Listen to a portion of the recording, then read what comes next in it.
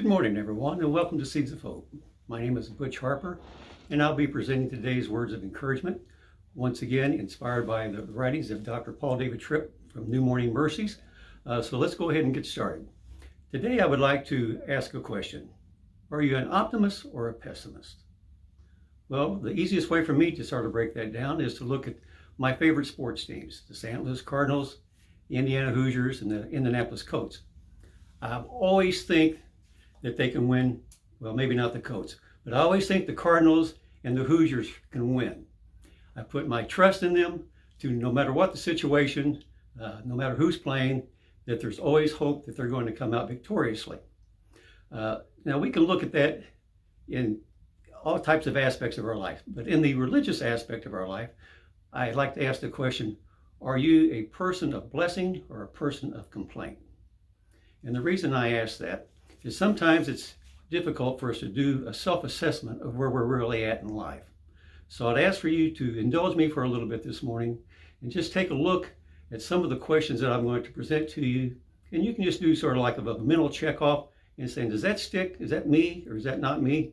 And you can do with that whatever you want after this video.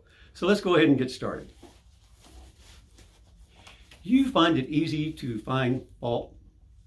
Do you find it easy to be discontented, irritated? Do you find yourself grumbling a lot? Are you impatient? Do you groan, moan? Well, why, you might ask yourself? Well, in the business world, it's often said that you're halfway to finding the answer to these issues if you look for the root cause. And we know that the root cause of our complaints and our problems in life is because of the little three-letter word, sin. So how does sin play into this? Well, sin can be explained like this. It's really selfishness at its core.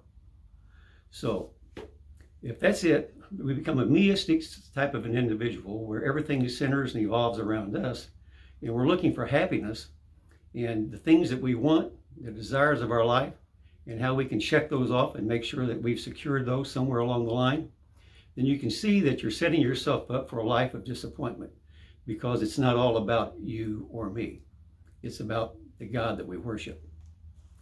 So we do live in a fallen world, and it is difficult from day-to-day activities, the little problems of life, the big problems of life, to get caught all up in that and to get down on yourself, get down on society. Let's just look at some of the things that we have to complain about. Physical attributes, financial situations, employment opportunities.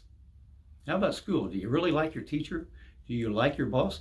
Hey, do you like your pastor? How about your praise and worship team? Do you really like them? There's all kinds of things that we can find fault in. So where are we putting our focus? Well, once again, if we're putting our focus on ourselves rather than God, we're leading ourselves down the path of disappointment.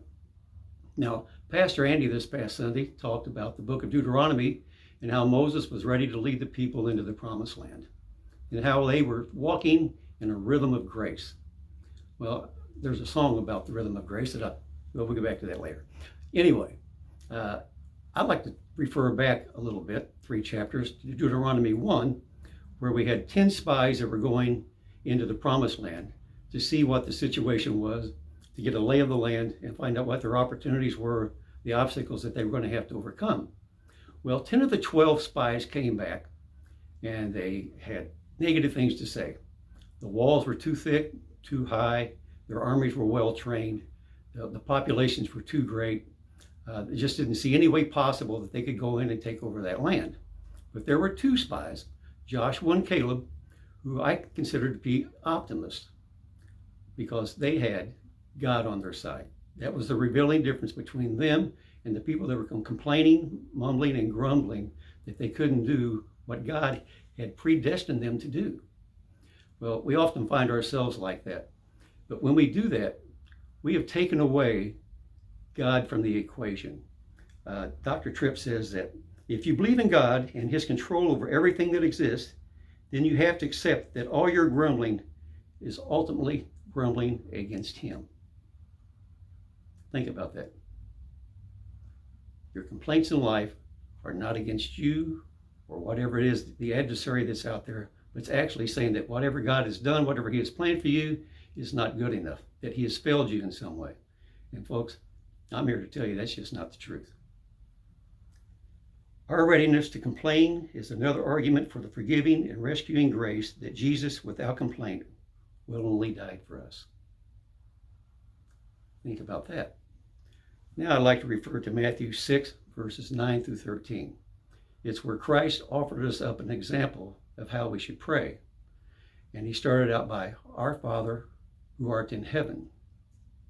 Now, I don't know where heaven is. I don't know what it's going to look like. But I know that it's been promised to me. We have a God, a being of magnitude that I can't even fathom, who is so gracious that he wanted a personal relationship with both you and me.